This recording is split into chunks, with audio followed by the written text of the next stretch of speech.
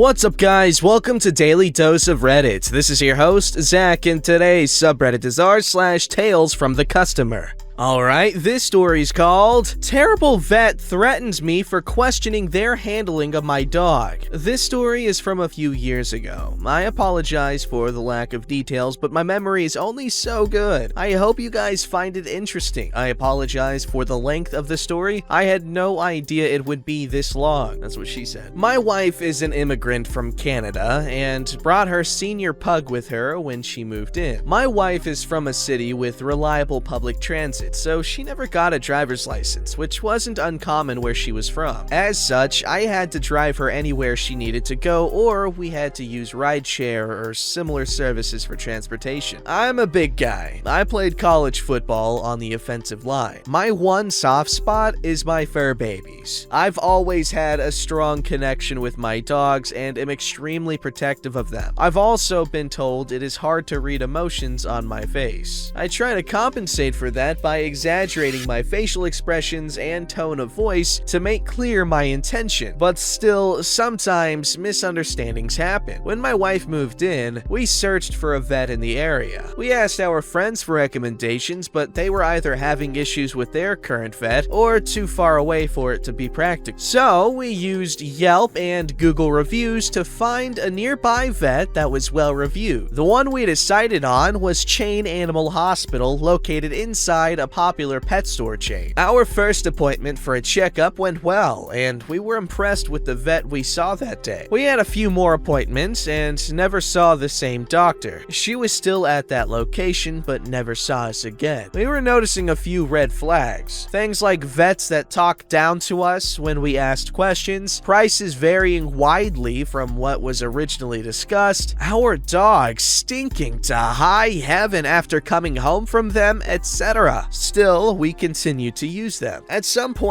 our dog experienced an injury and started yipping and shaking whenever she moved. I made arrangements with my work and we got her in to see the vet immediately. The vet said she likely had IVDD. They prescribed her on steroids and pain medication and told us that she needed to be kept on crate rest for 4 weeks while on the prescribed medication. We asked when we should call back and were told if her condition gets worse. After 2 days, the medication seemed to be working and she seemed to be doing much better. However, after 2 more days, she got sharply worse. My wife made a call to the vet for advice on whether to bring her in for another appointment. They recommend that we bring her in for x-rays. We drop her off at the vet in the morning before I go to work. My wife takes a call from the vet in the early afternoon. They say that they will not be able to see anything on the x-rays due to the steroids that she's on. They ask her if we still want them to perform the x-rays, and she says not to proceed. They continue on from there to mention surgeries and other multi-$1,000 procedures and insinuate that it may be time to put her down. I receive a call from my wife, who is in tears, explaining about the call. I'm instantly pissed and point out that they knew about the steroids before recommending the x-rays. After work, I pick up my wife and head to the vet to pick up our dog, planning to have a long talk with someone about our situation. We wait for a few minutes before a woman in scrubs, we'll call her Lilith from here on out for appropriateness, sat entirely too close to me and starts trying to explain the situation. I'm very angry, but I keep a handle on it and ask her in very pointed language why we were directed to bring our dog in for x-rays, then told her that the medication they prescribed wouldn't allow for successful x-rays. Lilith stands up and tells me that I need to watch my attitude or it won't end well for me. I was taken aback. I have been very careful to not raise my voice or lose my cool. I love my dog and I was really worked up because her life seemed to be in the balance and they were wasting time and money that could be used to treat her and give her a better chance of being successfully treated. I'd love to tell you that I continued to maintain my cool and handle the situation calmly. That is isn't what happened. I raised my voice and asked for an answer to my questions. Lilith smugly responded that it wasn't their problem because my wife declined the x-rays, avoiding answering the question. I again rephrased the question and asked why we were recommended x-rays that could not be performed. I asked Lilith to give me my dog and I would like to check out. She continues to insult me and insinuate that she won't give me my dog without me paying. I had never planned or expressed a desire to not pay. Eventually, the vet on duty, who is also the clinic manager, noticed the commotion. She came out and addressed me and took me into the exam room. Lilith decided to tag along. The vet was very professional but didn't provide much of an explanation to my questions. During our conversation, Lilith continued to interject into the conversation with thinly veiled insults and sending blame our way for refusing treatment. After the third interruption, I respond to her, "Excuse me, I am speaking with the doctor. I am done speaking with you. Please stay out of this." Lilith leaves the exam room and walks to the phone and asks the doctor if she can call the police. The doctor looks back at her incredulously and tells her no. The doctor ends up stating options for treatment going forward, but offers no apology or explanation for why we are being asked to pay for an office visit without treatment. I end up getting my dog and paying for the visit, as I didn't want to continue the confrontation. I spoke to some friends, and one of them had a similar situation with their vet without the Lilith encounter, and had went to a new vet that was much further away that they had great success with. Great success! We took our dog to the new vet. They explained to us that it is entirely normal for IVDD to see some aggression before the dog will get better. We show the vet what was prescribed by the old vet. The new vet immediately got her in for an x-ray. The vet pointed out the herniated discs in her back. The new vet recommends we increase the steroids, keep up with the great rest, and decrease pain medication, with the reasoning being that the dog will be less likely to overdo it if they can feel some pain. I thank the new vet profusely and explain the situation with the old vet. The new vet chuckles and, in a thick southern accent, delivers this line that I will never forget.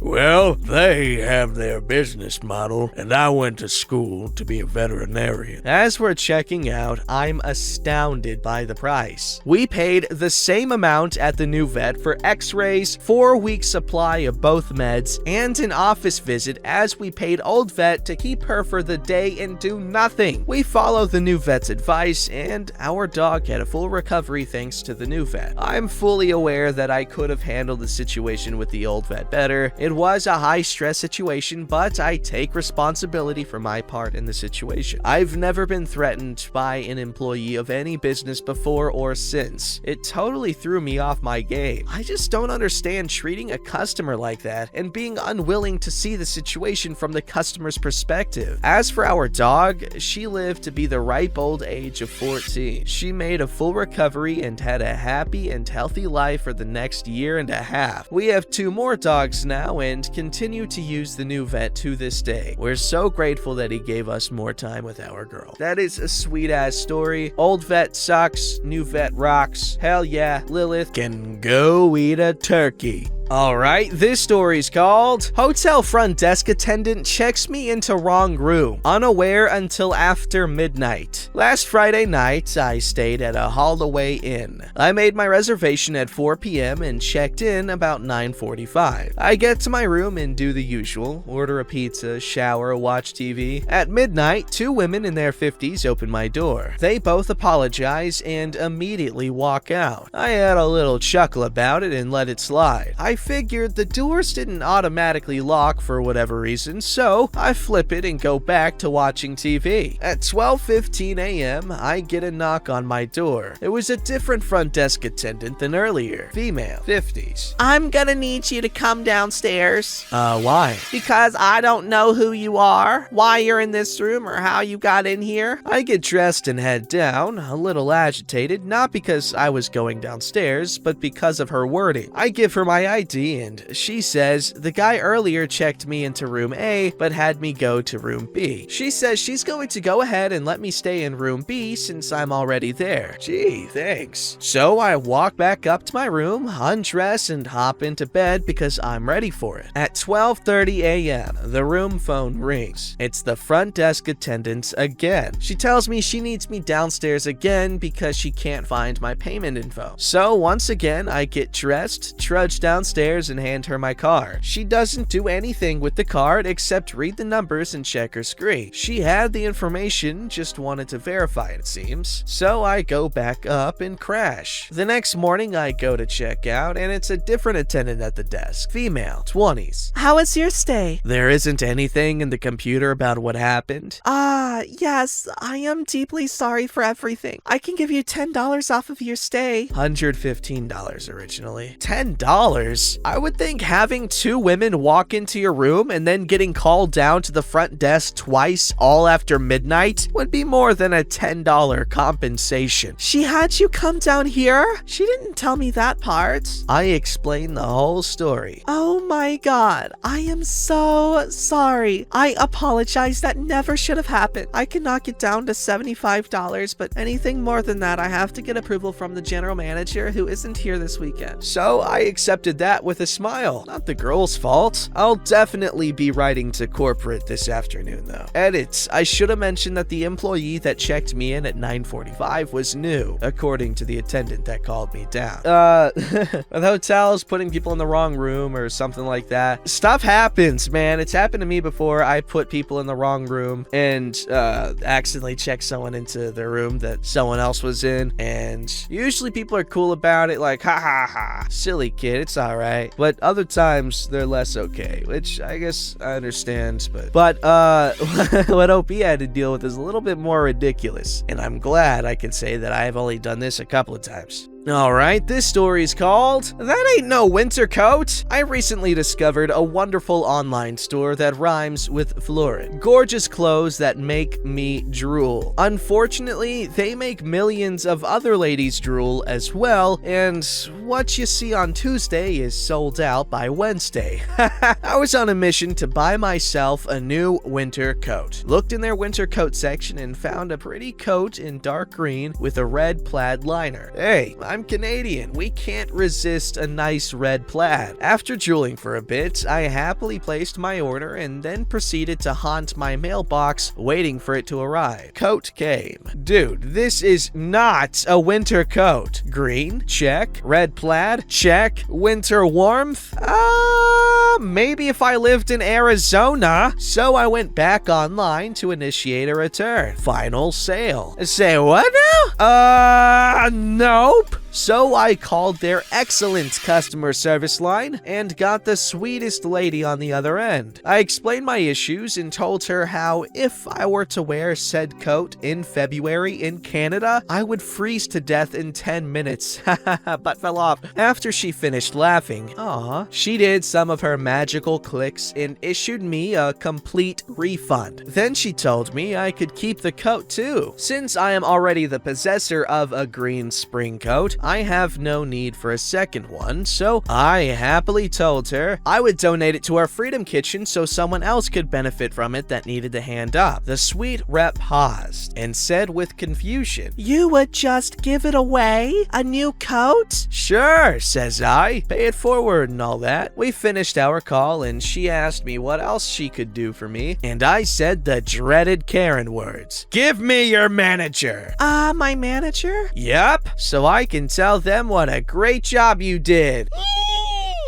She passed me up the line to her boss, who answered his line rather nervously. I think he was expecting me to start screaming or something. Poor guy. After realizing I only wanted to say nice thing, he stammered he would give her many kudos. I wish I could say the actual name of the company here because they really are amazing. So they gave you a refund and let you keep the coat, and they act like you're super generous for donating a coat that you got for free. It's funny. Because that's what happened, right? She got the coat. She's like, "Oh, this coat sucks. Give me a refund." She got the refund. So she's like, "You know what? I'm gonna give it away." Even though she didn't even like the coat. I mean, it's fine. She's still donating and she didn't have to. And that's a good thing, but it's funny. Alright, this story's called, If You Don't Know How to Use a Self-Checkout, Then Don't Use It. It's busy this time of year, I get it. But self-checkouts are designed to keep traffic flowing. If you call over the attendant with practically every single item in your cart, then you would have been better off going to a line with a cashier. I just spent the longest time ever with the maskless couple in front of me who couldn't even figure out how to use the pin pad. Like seriously, those have been around for 20 years. This couple pulled their card out before it had a chance to read it, then the register asked if they wanted to cancel their entire transaction. The dumbass pressed yes without even looking, having to start over. Look, no shame if you can't ring up your sale yourself, go to a cashier, not a self-serve register. Edit, thanks all of you for your great stories, and I feel for you if you're an attendant on these self-serve lines. My frustration seems to ring a chord with a lot of you. I really appreciate the award to my verse. Damn, OP,